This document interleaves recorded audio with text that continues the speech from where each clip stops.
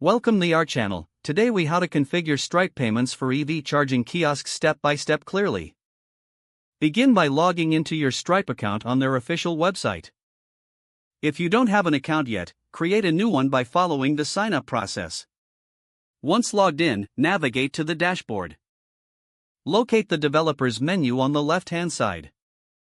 Click on API keys to view your public and secret keys. Copy your publishable key. You'll need this for your front-end integration.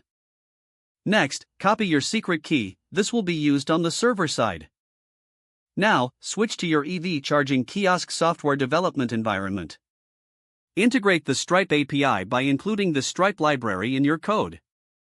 Initialize the Stripe client using your publishable key. Prepare the payment form for user input. Ensure you collect essential information such as card number, expiration date, and security code.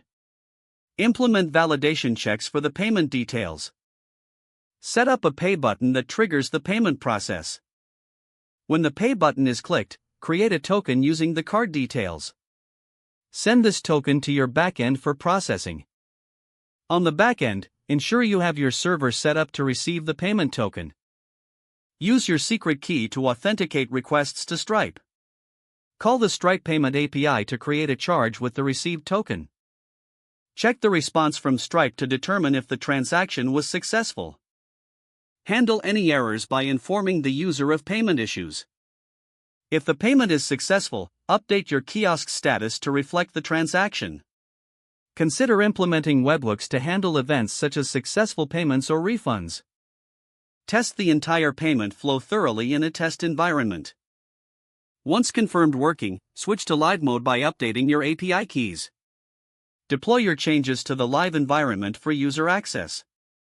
Monitor transaction logs regularly for any anomalies. That concludes the configuration process. Don't forget to like this video and subscribe to our channel for more step-by-step tech guides.